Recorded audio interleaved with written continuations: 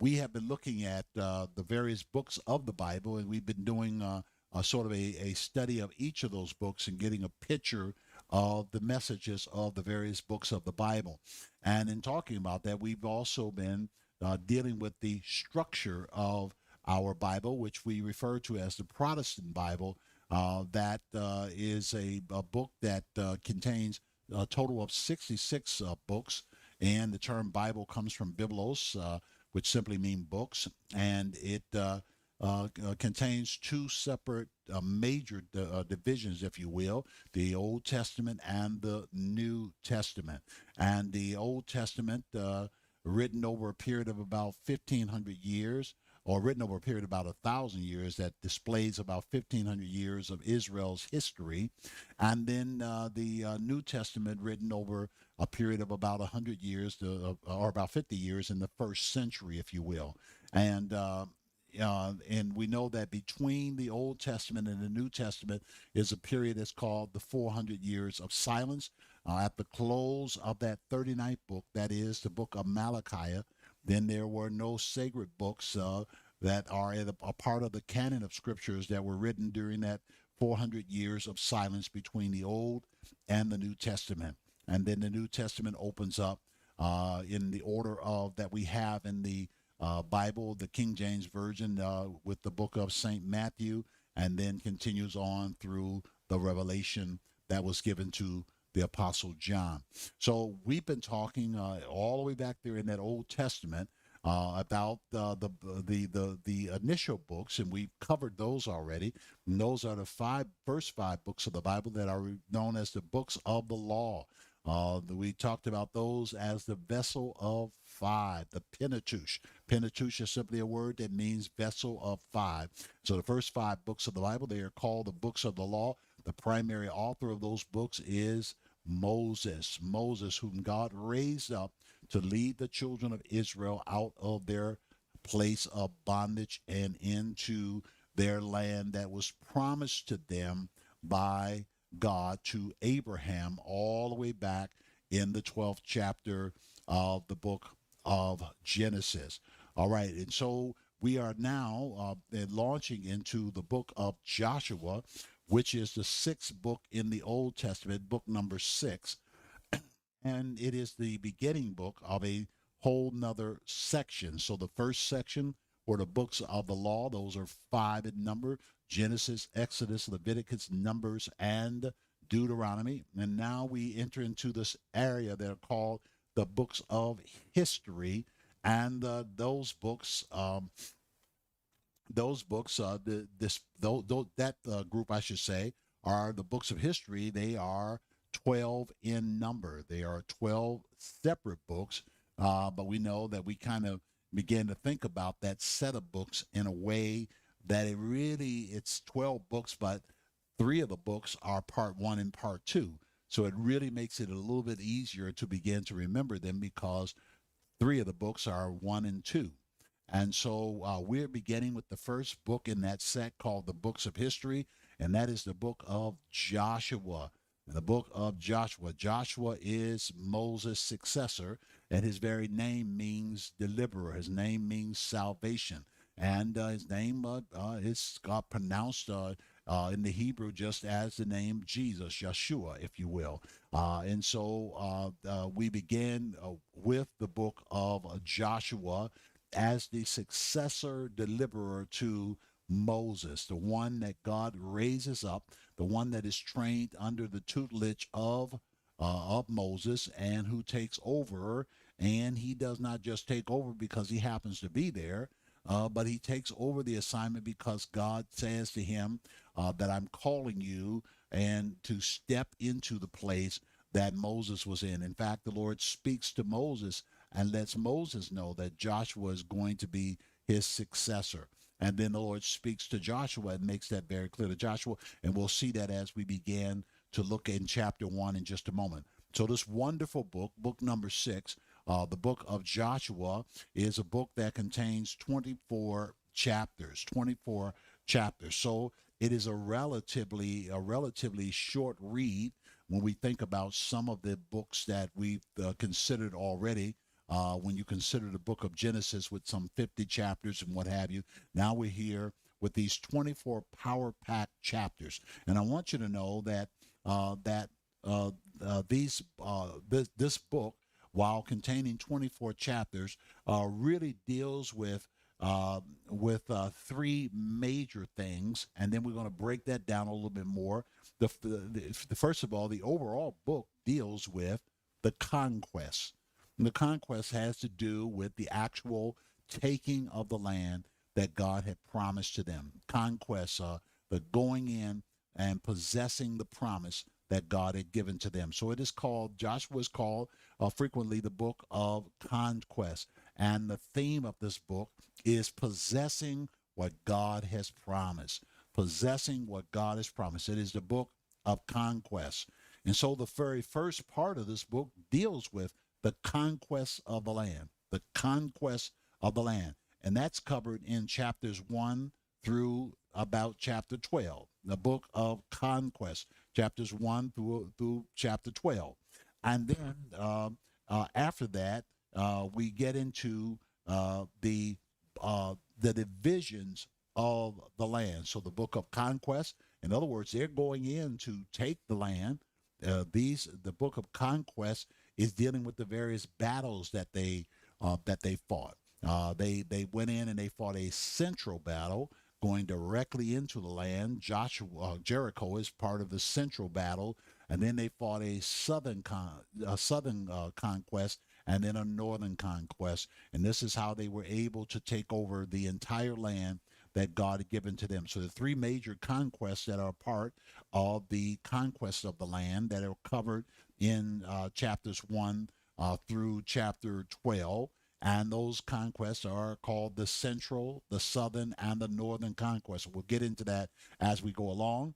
And then the chapters 13 through 21 talk about the division of the land. Once they have conquered the land, then Joshua oversees the distribution of the land. So the conquest of the land, and then the distribution of the land. So if we were talking part 1 would be conquest, part 2 would be the distribution of the land. And chapter number 17 is a very powerful picture of distribution, because we find for the first time in Scripture, we find women being able to own land outright. Women being able to own land outright. The daughters of Zelophehad, because their father had died, and their brothers, they had no brothers. The land that belonged to their father, these sisters came together and they conversed with Moses, and a decision was made all the way back there in the wilderness time that when the land is taken, that they will be able to own their father's land, which really shows a tremendous, gives tremendous insight into just how contemporary and how futuristic Moses was, and that he saw the importance of giving women right to ownership of land all the way back there in the book of Joshua. Well, we'll touch on it a bit as we get to that part, and then the final major section of this book. Again, if we talk about it as part 1, conquest of the land, part 2, division or distribution of the land, and then the final part is the close of Joshua's life, the close of Joshua's life, the summation of his life. And that's covered in chapters 22, 23, and 24. And many of you will already know that one of the most commemorated and most remembered and reflected upon lessons of the life of Joshua is the statement, "As for me and my house, we will serve the Lord." And that's like the benediction of Joshua's life is choose this day whom you will serve. But as for me and my house, we will serve the Lord. And that is, of course, recorded in the final chapter of the book of Joshua. That is chapter number 24. Now, in terms of the key verses, in terms of the key verses of Joshua, or the key area to look at, even though as for me and my house is a very clear mantra and focus point concerning the book of Joshua. We also note and understand that Joshua's call and validation of ministry is a key area of scripture, and that is in chapter number 1, verses 3 through 9. And we're going to be looking at that we're going to be looking at that in just a moment. Again, we deal with these three divisions of the conquest of the land covered in chapters 1 through 12. And chapter 12 is really a summary of what has happened over those first 11 chapters. So it's more summary at chapter 12. But then beginning at chapter 13 through chapter 21 is the actual distribution or inheritance of the land. And then finally, there is the part 3, if you will, the close of Joshua's life, and ending up with the wonderful, wonderful appeal in the Word of God, where he says, "As for me and my house, we will serve the Lord." And so, beloved, when we deal with this, area of conquest concerning concerning Joshua's life. When we deal with, I told you that covers chapters 1 through 12, but the first 5 chapters are dealing with preparation to enter into the land, preparation to enter into the land. And then chapter 6 through chapter 11 is dealing with the actual conquest. So the first 5 chapters are really dealing with preparation and anticipation of entering into the land. And then beginning at chapter number 6 is the actual conquest. And so when we put these two together, we're talking about action. So the first part of this book, or the part that deals with conquest, is focusing upon action that was taken. And then that second part that we deal with, chapter 13 to 22, is dealing with allocation, or as we talked about, division of land. So we got action in chapters 1 through 11. And then in chapters 13 through 22, we got allocation. If you're working with the alliteration of A words, we got action, and then we got allocation of land, which is the division of the land and the giving of the inheritance. And then finally, we have the close of his life, which is his appeal. So action, allocation, and appeal. Now, you don't have to remember all of that. I just want you to kind of have a picture where, as you begin to meditate and think upon these things, you look back and say, yeah, those first 11 chapters into the 12th chapter is dealing with the action that they took. Yeah, those are action chapters. And then the chapters number 13 through 22, or 21, I should say, are allocation, or the distribution of land, the division of land. And then finally, chapter 22 through 24 deals with Joshua's appeal, action, allocation, and his appeal. His reminding them of what the Lord has done, how far the Lord has brought them, and pleading with them to stay true to what God has said. And so when we think about this particular book, we have to keep in mind that this book is a display of the reality that God keeps his promises. Number one, God keeps his promises. That's what this book is about, to show that when God promised Abraham this land back in the 12th chapter of Genesis, and then again reiterated it throughout Genesis, and in the 15th chapter of Genesis, gave them indications that they would be in the land of bondage for over 400 years, and then that God would send a deliverer, and they would be delivered and go into the land of promise. That when God spoke all of that, this book is a display of the reality that God keeps his promises. Even when the people rebelled in the wilderness and were cut off, a whole generation wiped out, yet it did not wipe out God's promise. He still kept his promise. God may pass from one generation to another, but his promises are sure. So we understand that God keeps his promise. This book displays that. But we understand also this book tells us that his people must walk in faith and obedience to experience the promises of God. God keeps his promises, but his people must walk in faith and obedience towards God in order for them to experience the promises of God. There was a multitude that died in the wilderness, and when you get a moment, just read it there in 1 Corinthians chapter number 10, where it talks about the multitudes that died in the wilderness. But yet God is a promise keeper. But to experience that, We have to learn how to walk in faith, live our lives in faith, and live our lives in obedience to God. And understand that faith is always connected to victory, and victory is always connected to faith. But listen, faith without works is dead, James tells us. And I want to put it in a way not to twist or distort scriptures, but I want us to understand something, that faith without works is dead, and faith without obedience is dead. I really want you to see that that works part really has a whole lot to do with a commitment to obedience. There are a lot of people that think that when they, we have terminology in our day and time where people talk about manifesting. I'm just going to keep on believing it, and I'm going to manifest. I'm going to keep on speaking it, and I'm going to manifest it. Well, a part of manifesting it is, number one, to link to a promise of God. I want to, and this is not the area that we're going in. I'm going to get into this book, but I want us to understand how this stuff works.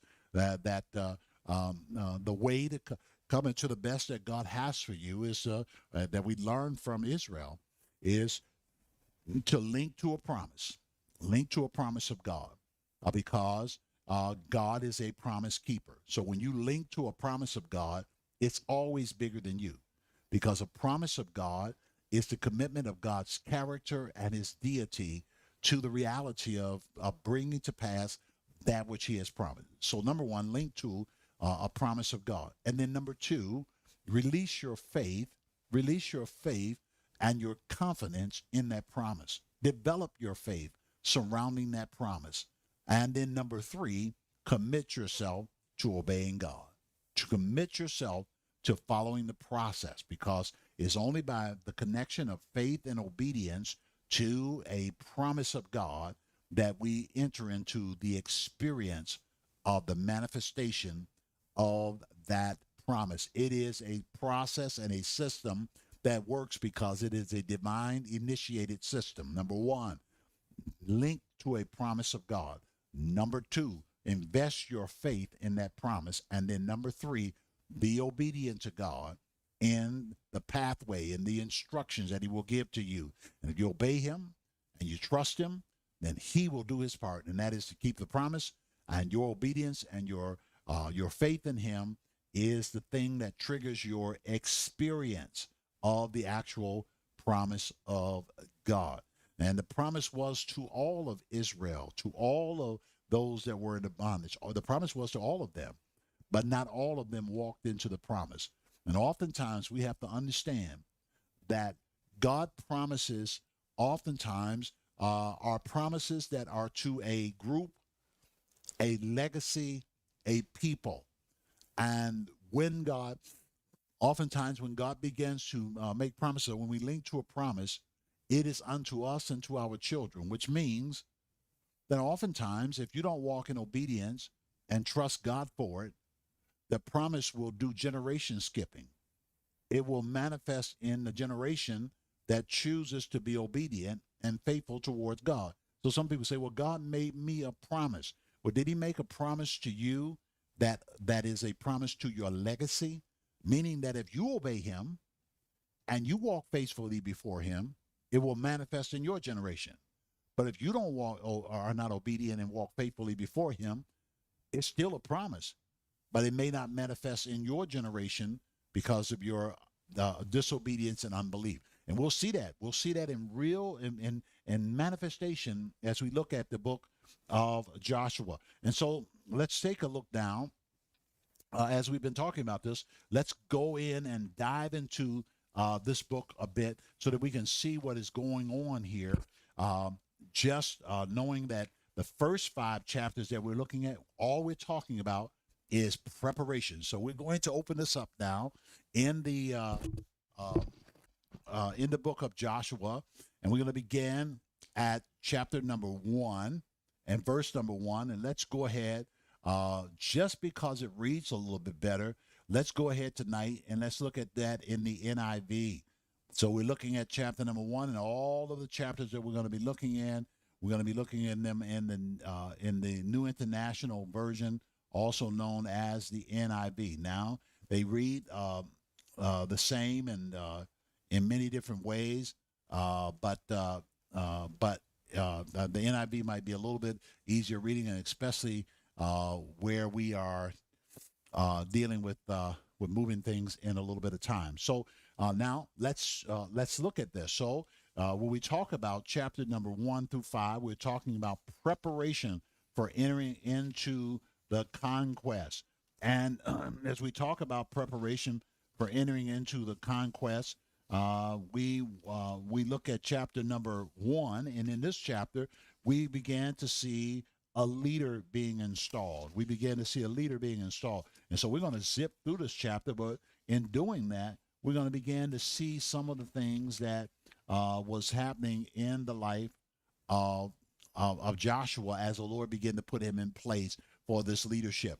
So chapters 1 through 5, they're action chapters, but they're dealing with preparation for entry into the land. So let's just begin reading, and again, we will move forward rather rapidly because this is just a survey of what the scriptures are saying to us. Now, in chapter 1, it says here, after the death of Moses, the servant of the Lord said to Joshua, the son of Nun, Moses' aide, or in the King James it said Moses' servant, Moses, my servant, is dead. Now, let's understand something that God refers to Moses as his servant. And in the King James Version of this, it talks about Joshua as the servant of Moses. There's important lessons that can be learned there, that oftentimes an adequate successor is one who has linked up properly as a servant to someone that God has called. It's very important to understand that when God may have his hand upon your life, that is critical that when you find the person that you should be linked to, that you make sure that you link to them and not try to link to them as a partner, buddy, and friend, but link to them as a servant. Because Joshua was a servant to Moses, and as Moses' servant, it qualified him to be his successors. And let me just do a little bit of leadership teaching here, that successors are those that emerge from servants. Servants that are invested in present leaders, God raises up to be successors to those leaders. A part of God's succession plan is to link successors to those that are current leaders, because then they can be trusted as the successor. That's just a little nugget for us to get out of this first reading here. After the death of Moses, the servant of the Lord said to Joshua, son of Nun, Moses' aide or servant, now look at verse 2, Moses, my servant, is dead.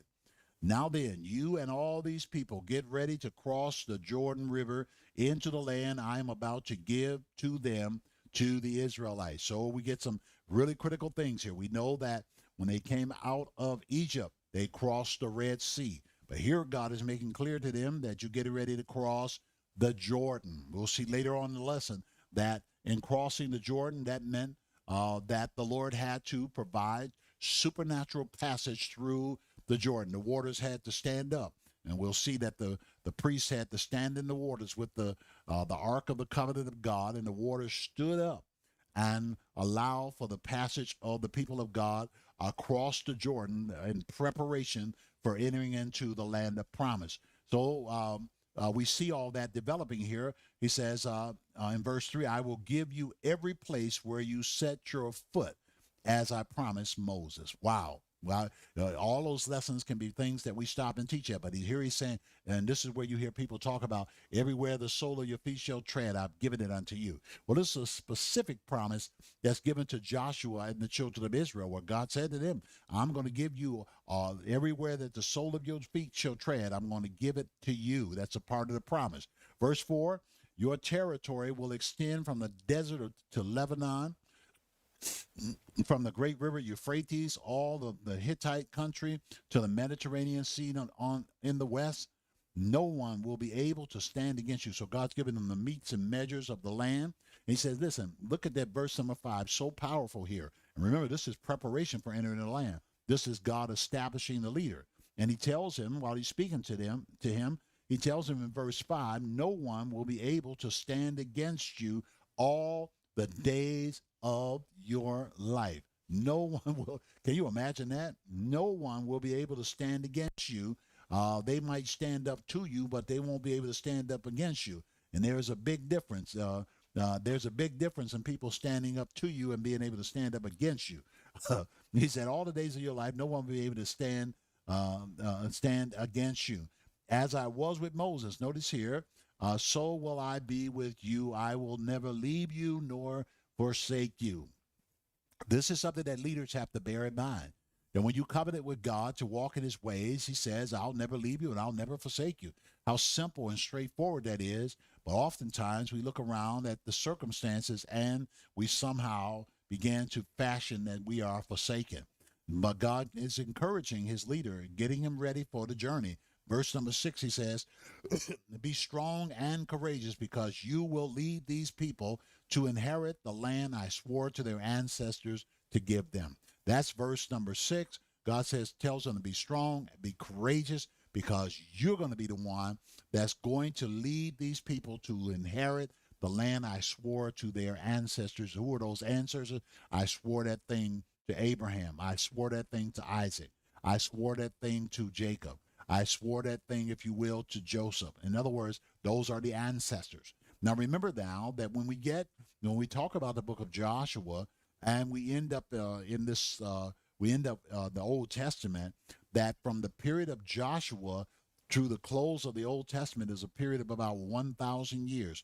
That's going to cover about 1,000 years of their history. So if you look back from Joshua, it's 500 years of Israel history. If you look forward, it's 1,000 years of Israel history going forward from Joshua. Remember, they have up till now they've been a wilderness wandering people, and in the book of Joshua, they're going to go into into their land and be established as a confederacy, if you will, as a confederacy of different tribes being spaced out over the territory, and later they're going to become those who are under a king, a ruler, as we get to the book of First Samuel. But right now we're in the book of Joshua, and Joshua is laying the foundation for nation building. Laying the foundation for nation building. So God has to tell them to be strong and be courageous, because you're going to be the one that's going to cause these people to inherit the land. Looking at verse number 7, it said, be strong and courageous. Again, a repetition here. Be careful to obey all the law my servant Moses gave you. Do not turn from it to the right or to the left, that you may be successful in whatever you do or wherever you go. Now, he made their success contingent upon obeying and following the instruction that Moses has given them, the law that he's given them. And look at the latter part of verse number 9. Thank you. I see it on the screen. And look at the latter part of verse number 9. Do not be afraid. Do not be discouraged. For the Lord your God is with you wherever you go. Wherever you go. Do not be afraid. Do not be discouraged. The Lord your God is with you wherever you go. The King James says, don't be discouraged. Don't be dismayed. Don't let anything get you off your square. Stay focused. For the Lord your God is with you wherever you go. And so further in verse 10, it says, so Joshua ordered the officers of the people. See, this is about Joshua being appointed as a leader and now aligning other leaders. And we'll move through this very quickly. So Joshua ordered the officers of the people, go through the camp. Listen to this in verse number 10 and 11. The verse 11 now. Go through the camp and tell the people, get your provisions ready. Watch the instructions now, because remember, these first 5 chapters are preparation for entering the land. He says he sends the officers, the various leaders under him, to go through the camp and tell the people, get your provisions ready. 3 days from now, you will cross the Jordan here to go in and take possession of the land the Lord your God is giving you for your own. So it says, get ready, because in 72 hours, in 3 days, we're crossing over. You gotta get yourself together. You gotta get everything in alignment. Now, he gives some further instructions in verse number 12, because one of the things that's going to happen is that some of the tribes are going to have their land distribution on the the east side, if you will, of the Jordan, and then the rest are going to be on the west side of the Jordan. So look at verse number 12 and listen to what it says there, and then we'll get into something a little further as we move on. But to the Reubenites, the Gadites, and half the tribe of Manasseh. So two tribes, Reuben and Gad, and then a half tribe of Manasseh. Joshua said this. Remember in verse number 13, remember the command that Moses, the servant of the Lord, gave you after he said, the Lord will give you rest by giving you this land. Your wives and your children and your livestock may stay in the land that Moses gave you east of the Jordan. East of the Jordan. But all your fighting men ready for battle uh, must cross over ahead of your fellow Israelites. You are to help them until the Lord gives them rest, as He has done for you, and until they too have taken possession of the land the Lord and God has given to you to them. Now, and just I'm rushing a little bit. So it says in the last part of that verse 15, the Lord gave you east of the Jordan towards the sunrise. So what I want us to see here is that there were 2.5 tribes that were going to be able to stay on the east side of the Jordan. But Moses makes it very clear to them that, look, listen, I should say Joshua, he said, Moses promised you that you'd have a portion on this east side of the Jordan, but you can't possess your land until everybody else has theirs. You can't say we've arrived and we ain't got to fight for nobody else. Nope. Reuben and Gad and half of the tribe of Manasseh, so your people and children and stuff can stay over here. But your fighting men, they got to cross over this Jordan because they got to go and fight for everybody else. This is the understanding of the corporate nature of the promise and the corporate nature of the blessing, that even if you seemingly have arrived at your portion, that you can't really walk into it until those who are a part of your heritage, a part of the package, have received theirs as well. Oh, that the church would begin to understand that better in this day, that this is a thing that has a collective aspect to it, that even though God brings you into the blessing of your life, it just may be that the blessing of your life is designed to put you in a position to better help somebody else who have not entered into their promise just yet.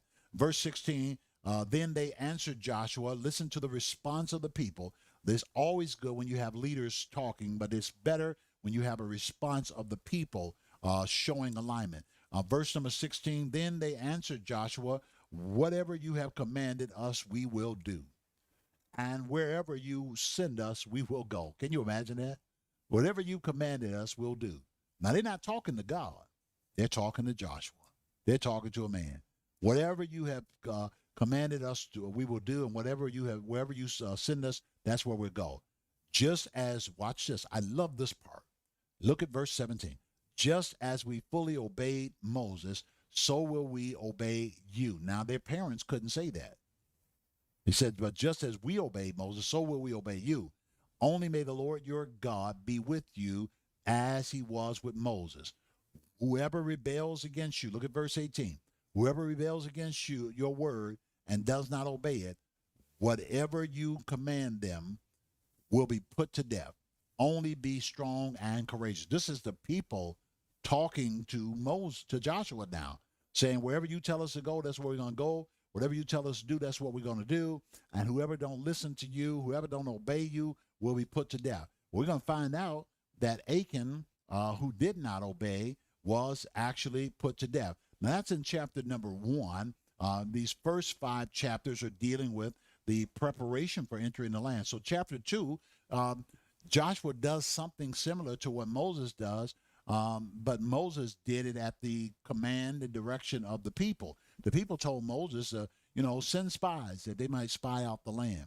And Moses sent 12 spies. 10 of them came back with a bad report. 2 came back saying we could take the land. And because of their unbelief, they became wanderers in the wilderness because 10 spies came back and said we can't do it. Well, in this chapter, we see that Moses I should say Joshua is going to send out two spies. And it's a very precious chapter because it relates to the sending of two spies and the hearing of the word of the Lord out of the mouth of the enemy. And it speaks of the development of the relationship at the whorehouse with Rahab the harlot. And Rahab becomes a part of the lineage of Jesus. We don't have time to talk about that. But all of that starts right here in this chapter number 2. Let's look at it very quickly as we go forward. In chapter 2, it says, Then Joshua the son of Nun secretly sent two spies from Shittim. Go look over the land, he said, especially Jericho. So they went and entered the house of a prostitute named Rahab and stayed there. These two spies, they got the land. He wants them to spy out the land, not to see if the Lord is going to give it to us, but he wants them to get the lay of the land. He wants them to see what's going on there because God's getting ready to send them in to take the land. And so they go to the harlot's house. And now look at verse number 2. The king of Jericho was told, so somebody's talking now, look, some of the Israelites have come here tonight to spy out the land. So the king of Jericho sent this message to Rahab, bring out the men who came to you and entered your house because they had come to spy out the whole land. So even without the internet, even without cell phones and text messages, word travels. They are spies entering the land. Before you know it, the king knows that they are in the land. But listen to the courageous faith, and Hebrews 11 even mentions the courageous faith of this lady Rahab, who was a harlot who ran a house of ill repute. But listen, look at her faith in verse number 4. But the woman had taken the two men and hidden them. She said, "Yes, the men came to me, but did not know where they had come from. But I did not know where they had come from." Then she says at dusk, in verse 5, at dusk, when it was time to close the city gate, they left. I don't know which way they went. Then she says, she gives the those that are investigating instructions. She said, go after them quickly. You may catch up with them. But she had taken them up to the roof and hidden them under the stalks of flax she had laid out on the roof. So she hid them. She secreted them from the investigators, if you will. In verse 7, so the men set out in pursuit of the spies on the road that led to the fords of Jordan. And as soon as the pursuers had gone out, the gate was shut. So Jericho was a gated city. It was a walled city. It was a locked down city. And so that's the reference here is to the city being shut up. And they are in pursuit of the spies that are supposed to be somewhere in their land. Verse number 8, before the spies laid down for the night, she went up on the roof and said to them, I know that the Lord have given you this land. Now, this is the part the reason I'm really reading out of this chapter 2. She said, I know that the Lord have given you this land, and that a great fear of you have fallen on us. Listen, she's telling them, she said, look, everybody here know that the Lord has given you all the land, and there's a great fear falling on us. Reading on in verse number 9, so that all who live in this country are melting in fear because of you. Verse 10, we have heard how the Lord dried up the waters of the Red Sea for you and for Egypt, and how he fought against Sihon and Og, the kings on the two kings of the Amorites on the east of the Jordan, whom you completely destroyed. When we heard it, our hearts melted in fear, and everyone's courage fell because of you. For the Lord your God is God in heaven and on the earth above. So this is the testimony that is being given to them by Rahab the harlot. She said, listen, it's already known. It's common language and understanding around here that God has given you all the land. We have heard the stories. They are legendary that God's going to give you this land, and fear has come upon this land because God has given you the land. You don't know that when God has made a promise to you, that even though your enemy is standing up with their chest stuck out, that they have got the rumor, if you will, that has come from the Spirit that's allowing them to know that you are already victorious. Your fear is your greatest enemy because your enemy is afraid of you. I'll do it again. Your fear is your greatest enemy because your enemy is afraid of you. As long as you fear your enemy, you'll never be able to understand the nature of their fear towards you. It don't have to make sense. It don't matter how outnumbered you might be. There there is a word that is sent ahead of you that causes there to be fear in the hearts of your enemies. That's why David was able to say that he prepares a table for me in the presence of mine enemies. My God. Well, I start talking about that. We'll be preaching here. This is not a time for preaching. Look at verse number 12. That Rahab, the harlot, if you will, the person that's used to transactional relationships, and that's not to put her down. You know, we can learn something from all of the experiences of our lives. And one of the things I want you to see here is that Rahab understands the power of transactions. She has hid them. She has covered them on top of the roof. She is their covering, and she has given them a word that lets them know the mentality of the people, that the people are afraid of them and they're expecting them to take over the land. But she doesn't stop there. Look at verse 12. Now then, please swear to me by the Lord that you will show kindness to my family because I have shown kindness to you. Give me a sure sign that you will spare the lives of my father, my mother, my brothers and sisters, and all who belong to them, that you will save us from death. So again, I don't mean to be mean or nothing, but she has got her mind on transaction, you know. I gave you something, you give me something. I cover for you, you cover for me. Now, this happens to be a godly kind of transaction because God will favor those that are in favor of those that God favor. I know that I use favor a lot, but God will favor those who are in favor of those that God has favored. I know you got it there. And this is what the situation was. She understood that, hey, if God is doing something, I want to be a part of what God is doing. And listen, listen, I want you to see here something beautiful, and then we'll move on. But I want you to see how that. Do you realize that she sent the investigators away and told them to go one way, and then she went up to the roof where they was before they went to sleep. Now, and to me, that's something very that's something very powerful that she went up because they don't leave until the next day.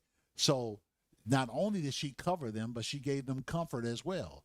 They were able to get a good night's sleep while their enemy is out looking for them. they're resting while the enemy is spending the night trying to find them. And so this is her petition: is that I've given something, and I'm asking you to make a covenant with me and give me something. And then verse number 14, it said, "Our lives for your lives," the men assured her. "If you don't tell what we are doing, we will treat you kindly and faithfully when the Lord gives us the land." And then they go further. I love this part. It says, so she let them down by a rope through a window. For the house she lived in was part of the city wall. She lived on the city wall, if you will. She said to them, "Go to the hills so the pursuers will not find you. Hide yourselves there 3 days until they return, and then go your way." I mean, she knows how this stuff operates. I mean, listen to the specificity of her instructions, both to those that she was throwing off, the investigators, and then to the spies here. And then in verse 17, "Now the men said to her, 'This oath you made us swear will not be binding on us unless when we enter the land you have tied this scarlet cord in the window through which you let us down, and unless you have brought your father and mother, your brothers, and all of your family into your house.'" He said, in other words, we're going to keep this covenant. We're going to do the thing that you said do. But I want you to understand something here, that if you don't keep your end of the deal, then we won't be able to protect you. And your end of the deal is this scarlet cord that you use to let us down. It's got to be protruding out of this window. And you got to bring all of your house into your house. You got to bring your mother and father and brothers and sisters into your house, because your house will be protected. You got to understand the person of whom God has given divine protection. And oftentimes you got to make sure that you connect yourself to where the protection is. And in this instance, the protection was at Rahab's house. Now, the blessing of her commitment was upon her entire family. But her family had to be in the right place in order to be able to experience the blessing. I want you to see that. We don't have time to linger there, but they had a blessing upon their life that they would be spared when destruction came to the city. But that blessing required that they be at a particular location. And I'm so glad that these spies made it clear to her that we'll keep the promise. We'll make sure that you are protected, but you're going to have your family at this house. If they're somewhere else, they won't be protected. You got to know who God has his hand on, because who God has his hand on is your source of protection. And in verse number 14, verse number 19, if any of them go outside, listen to it very carefully. If any of them go outside your house into the street, their blood will be on their own heads. We will not be responsible. As for those who are in the house with you, their blood will be on our head if a man lay hands on them. But if you tell what we are doing, we will be released from the oath that you made us swear. In other words, it said, if you back out of this, then we're not committed to anything that we've told you. And verse 21, agreed, she said, let it be as you say. And so she sent them away, and they departed, and she tied the scarlet cord in the window. All right. Now look at this very quickly. Verse 21, when they left, they went into the hill and stayed 3 days until the pursuers had searched all along the road and returned without finding. Then the two men started back. They went down out of the hill, forded the river, and came to Joshua, son of Nun, and told him everything that had happened. All right. So we see that when they followed the instructions that she gave them, that they were able to get back to Joshua. The Lord was with them, and the Lord uses all kinds of people to get his purpose and his will done. Now, I know that our time is away here in just a few moments, but listen, let's try to get through this chapter 3, 4, and 5, just so that we're out of that part that deals with preparation. I can't read the whole chapter, so let's just do a part of it. In chapter number 3 now, we're looking at the crossing. This chapter is properly called the crossing. Remember, there was a crossing of the Red Sea, but now this is the crossing of Jordan. And remember that we know that on the east side of Jordan, that there are going to be 2.5 tribes that are going to remain there. But the men of war on those tribes has to leave. They got to go because they don't really get their possession until everybody has their possession. And listen to verse 1 in chapter number 3. Now it says, early in the morning, Joshua and all of Israel set out for Shittim and went to Jordan, where they camped before crossing. So their encampment place is at a place called Shittim. And this is the place where everybody's gathered before they cross over the Jordan. After 3 days, because remember that was the word of the Lord to them, after 3 days, the officers went through the camp giving orders to the people. It says to be an orderly movement. We got to understand that when God's getting ready to do something, there will be order in the camp. When you see the Ark of the Covenant, this is their instruction. When you see the Ark of the Covenant of the Lord and the Levitical priest carrying it, you are to move out from your position and follow it. Then you will know which way to go, since you have never been this way before. But keep a distance of 2,000 cubits between you and the ark. Do not go near. They said, listen, you've not gone this way before, and you're not getting a road map. Keep your eyes on the priest. Keep your eyes on the Ark of the Covenant. Keep your eyes on the glory. And oftentimes what people want is they want to know everything before they do anything. But the biggest thing that they needed to know here was what instruction and obedience they were to display. And the instruction was that when you see the priest holding up the ark, then walk in that direction, move in that direction, and keep a distance of 2,000 cubic feet. So there was a considerable distance, considerable distance behind, which turns out to be some 3,000 feet. which is, I should say, about 3,000 feet, as opposed to 2,000 cubits. I think that equals out to 3,000 feet behind. But if I'm a little bit off there, that's okay. In other words, you got to keep some distance behind. In other words, the instruction was to follow. Watch this, but not too close and not too far away. Following is not following if it's too close, and following is not following if you're too far away. It represents the condition that our heart must be in. Although this is a literal calculation, it represents the condition that our heart must be. We must not be too close. We must not try to get too unnecessarily close to the glory, and we must not be allow ourselves to get too far away from the glory. We must keep our distance, but we must not be too far away, and we got to be careful to not be too close to it. That really speaks of the reverence of proximity and the importance of knowing your place.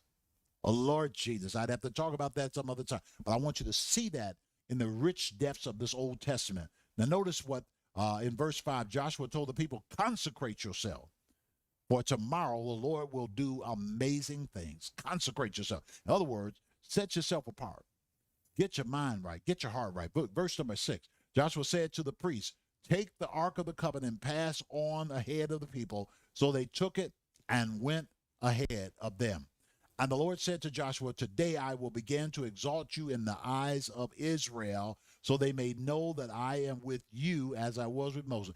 Tell the priests who carry the Ark of the Covenant, when you reach the edge of the Jordan water, go and stand in the river. God says that, listen, they think that this is just a performance of a certain way of doing it, but God says, I'm going to exalt you in the midst of the people. I'm going to show them that I'm with you, that I am with Joshua. It shows the primacy of leadership, that God is with all of us, but he's with the leaders in a different kind of way. That's why leaders have a higher level of accountability. This is why God says to Moses, you messed up, Moses, and you're not going into the land. I'm going to kill you. I'm going to put you to death. You and Aaron are going to die. You won't go into the land. Get on Mount Pisgah's hill and look over the lofty heights and look into the land, but you will not walk into it. Somebody said it seems so unfair. Moses was an awesome leader, but he messed up, and God was hard on him. Well, here the Lord says, I'm going to show the people. I'm going to make it clear that I'm with you. I'm going to begin to exalt you in the midst of the people. Look at verse 9. Joshua said to the Israelites, come here and listen to the words of the Lord your God. This is how you will know that the living God is among you, that he will certainly drive out before you the Canaanites, the Hittites, the Hivites, the Perizzites, and Gazites, the Amorites, and the Jebusites. See the ark of the covenant of the Lord, and so on and so forth. And all this is pointing out is the importance that when the priest steps down into the water, God's going to cause the water to stand up, and then the people are to follow after. Look at verse 14. So when the people broke camp to cross the Jordan, the priest carrying the ark of the covenant went ahead of them. Now the Jordan is, it tells you the nature of the Jordan and how it overflows, and that it took the miracle of God in cutting off the waters so that the people could walk over on dry land. Look at verse 17. The priests who carried the ark of the covenant of the Lord stopped in the middle of the Jordan and stood on dry ground while all Israel passed by until the whole nation had completed the crossing onto dry land. They stood in the middle, they stood in the middle of the Jordan, like I said, and they're walking 3,000 feet behind the priests, but then they stood in the middle and allowed the people to pass by, and until everybody was out of everyone had crossed the Jordan. Now, this is important then as we go to chapter number 4 very quickly, that we begin to see something that happens here. The priests are standing in the middle of the Jordan. It is dry land. They have the Ark of the Covenant. The people have passed over, but then God gives a further instruction as we're in chapter number 4 now. Remember, this chapters 1 through 5 is preparation enter the land. In chapter 4, look at the thing that God tells them to do. When the whole nation had crossed, had finished crossing the Jordan, the Lord said to Joshua, choose 12 men from among the people, one from each tribe. Now you remember that we told you how that uh, the Levites, the Levites were not a tribe. The Levites are the priesthood. So he tells them to choose a tribe, to choose one man from each tribe. We know that the Levites are not a tribe. We know that there is no tribe of Joseph and no tribe of Levi. But we know that the sons of Joseph, Ephraim and Manasseh, take the place of the tribe of Joseph, if you will, and the tribe of Levi. So you have 12 tribes, but you have out there, of course, these Levites. And the Levites do not make a 13th tribe. They make up the priesthood. The priesthood is not a tribe.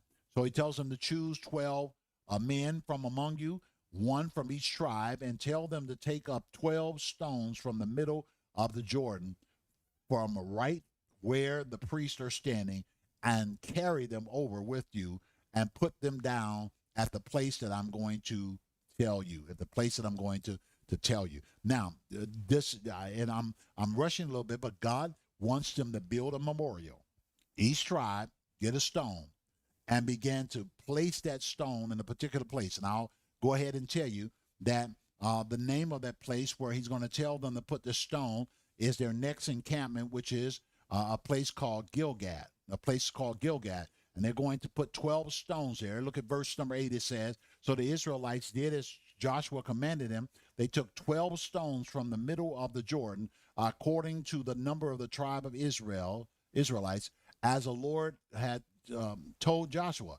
They carried them over with them to their camp, where they put them down. Joshua set up the 12 stones that had been in the middle of the Jordan at the spot where the priests who carried the Ark of the Covenant had stood, and they are there to this day. So these 12 stones are stones that are a memorial. They are to establish a place of commemoration. And this later in this chapter, you began to see where the Lord began to tell them that he is going to detach them from anything that was in their past, that he's going to take them into the future. And these stones are laid in a place called Gilgath, and Gilgath is means to be rolled on or rolled over. So look at verse number 19. It says, on the 10th day of the first month, the people went up from the Jordan and camped at Gilgal on the east side of the border of Jericho. And Joshua set up at Gilgal the 12 stones they had taken out of the Jordan. He said to the Israelites, in the future, when your descendants ask their parents, what do these stones mean? Tell them, Israel crossed the Jordan on dry land. That's number one. For the Lord your God dried up the Jordan before you until you crossed over. The Lord your God did to the Jordan what he done to the Red Sea. Then he dried it up before us until we crossed over. He did that so that all the people of the earth may know that the hand of the Lord is powerful, and so that you might always fear the Lord, that you might always fear the Lord. Excuse me. And so we see the significance of this is the crossing over, but then also the laying of stones. It is a transitional point. It is a point that we roll on from here. It's a point that we move on from here. But this becomes a benchmark to the faithfulness of God to remind the generation forever and again that the Lord has been faithful to his word. All right. So we have to remember how that Moses sent 12 spies, but Joshua set up 12 stones. All right, let's move on to this final chapter, if you will, very quickly today as we close out in chapter number 5, which chapters 1 through 5 in Joshua are the preparation chapters for entering into the land. And the final big act. Now remember that we just dealt with the laying of stones. We've dealt with the carrying of the Ark of the Covenant, and the priest standing in the middle of the water. and all of the people crossing over. We dealt with issues of the 2.5 tribes remaining on the east side of the Jordan. Now we deal with something else that is preparation for entering into the land, and that is the circumcision. That is circumcision, something that God spoke to Abraham way back in Genesis, that you are to circumcise on the 8th day. That is to put a mark and a branding, if you will, into the flesh of those that are a part of the heritage, to give them, to place a mark upon them. And so let's read just ever so briefly through here so that we see what begins to happen. Now, when the Amorites, kings west of the Jordan, now when all the Amorites, kings west of the Jordan, and all the Canaanites, kings along the coast, heard how the Lord had dried up the Jordan before the Israelites until they had crossed over, their hearts melted with fear. They no longer had the courage to face the Israelites. So, when God is doing demonstrative acts, oftentimes we look at it as a blessing and a benefit to us. But oftentimes God has two sides to that coin. He's building you up, but he's tearing your enemy down. The Bible here says that the enemies heard about how that Jordan River stood open, where the people were able to cross over on dry land. And the Bible says they lost their fight. They lost their any courage that they had. And that the spies had already been over there, and Rahab had already told them that the people have lost heart here because they heard about what God had done for you all already. But now the Lord has done something even deeper. Now we're still at the camp Gilgal, which is the place of gathering until they cross over, until they go into Jericho. And notice what God tells them to do. There are two sets of instructions, and we close this area out. Now, number one is circumcision. Now look at verse 2. At the time, the Lord said to Joshua, make flint knives and circumcise the Israelites again. So Joshua made flint knives and circumcised the Israelites at Gilboa. And now look at verse number 4. Now this is why he did it. I like the way that this reads. All those who came out of Egypt, all the mighty men of age, died in the wilderness. All the mighty men of age, they died in the wilderness, of course, except for Joshua and Caleb, on the way after leaving Egypt. All the people came out, had been circumcised, but all the people born in the wilderness during the journey from Egypt had not. So one of the critical rules that God had given to Abraham, they dropped that rule and that responsibility during the 40 years of the wilderness. So now it's time to get back to carrying out the rules and doing it God's way. So all the people that came out had been circumcised, had been circumcised, but the people in the wilderness had not. Look at verse 6. The Israelites had moved about in the wilderness 40 years until all the men who were of military age when they left Egypt had died, since they did not obey the Lord. They died since they did not obey the Lord. For the Lord, we're still in verse number 6. For the Lord had spoken to them that they would not see the land he had solemnly promised their ancestors to give us, a land flowing with milk and honey. Verse 7, so he raised up their sons in their place, and these were their sons, Joshua's circumcised. So you see, the sense of this is Joshua is circumcising them, preparing them to go in and do battle, but they had to meet the requirements in order for them to even do battle. Now listen, there are a lot of lessons that can be seen here. And one of the lessons is that in order for you to be properly linked to leaders, you have to have a heart of obedience. And out of that heart of obedience is often born the necessity for leaders, and I'm not talking anything physical and perversion here, please understand me, but for leaders to touch you in areas that are sensitive, areas that you don't want nobody to touch. Touch your anger, touch your bitterness, touch your disobedience. That which needs to be circumcised, that which needs to be cut away in your life, God raises up leaders to touch the sensitive areas of your life.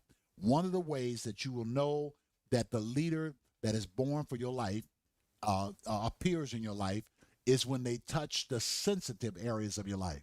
Sometimes they're not even trying to. Sometimes the circumstances surrounding the relationship will dovetail in a way that will begin to touch sensitive areas of their lives. And those sensitive areas of their lives, causes their relationship with you to be drawn closer because they have gone through an area of sensitivity. Something has been touched that builds deeper relationship.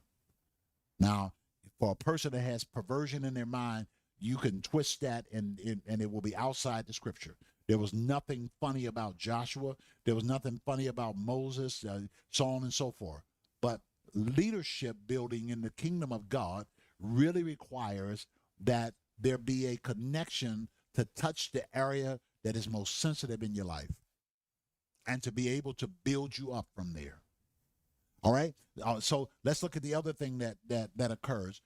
Man, oh boy, this is the last one, but we got to touch it, if you will. Let's just look at verse number 10. On the evening of the 14th day, when while camped at Gilgal on the plains of Jericho, Israelites celebrated the Passover.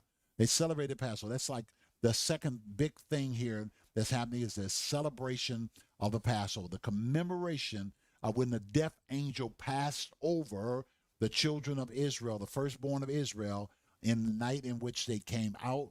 The next day they came out of the land of Egypt. So they celebrated Passover. That's the second thing that they did. And I said there were two things here. There's really three. The second thing they did was they celebrated the Passover.